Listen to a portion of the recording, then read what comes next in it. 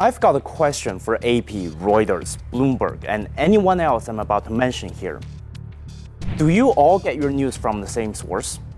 Or do you all share the same writing staff? Take a look. These are the reports about China's 2025 GDP target right after it was announced at the two sessions. Let me read a few. Reuters. China sets 2025 growth target at roughly 5%, defying tariff pressure. Bloomberg. China sets GDP target at about 5% despite US tariffs. AP. Looming trade war with the United States. BBC. Trump tariffs. Financial Times. Mounting trade tensions. The Straits Times. Yahoo. Market Watch. Tariffs, tariffs, and tariffs. I know that America's tariff war is all the rage these days. But is it possible, even just a little bit, that not everything is determined by it? I'm not saying that it's wrong to say that the tariffs will have an effect on the Chinese economy, but defining it by making tariffs the center factor is oversimplification and lazy. First of all, the effect of the tariffs is debatable to say the least. When they began in 2018, China's trade surplus with the United States was about $323 billion. By 2024, it had risen to $361 billion. So, thank you for the extra $40 billion, I guess. Perhaps it's good for everyone to remember that the United States is not China's only trading partner. The EU and ASEAN are both massive partners that rival or surpass the United States. According to research, China's export to ASEAN countries increased by 12% in 2024, and is the biggest driver for China's export growth. And the EU, well, let's just be nice and say they are hedging their bets.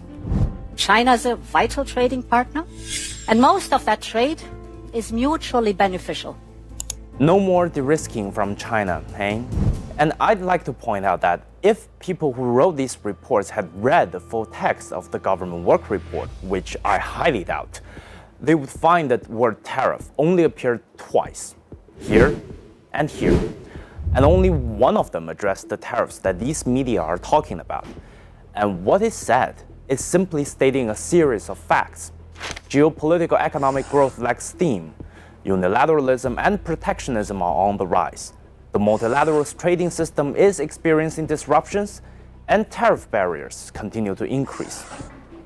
That's it. That's the only direct mention. If they were to read the government work report, they would find that the major tasks for 2025 are mostly systemic issues: boosting consumption, stimulating demand, science and education, innovation, new urbanization, regional development, etc., etc.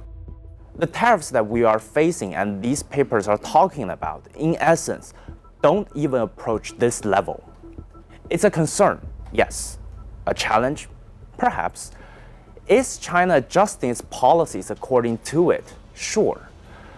But that's only a fad. It's certainly not what China revolves around. Earlier in the year, at the Munich Security Conference, Chinese Foreign Minister Wang Yi quoted a Chinese saying, 任尔东西南北风，我自泰然处之，岿然不动.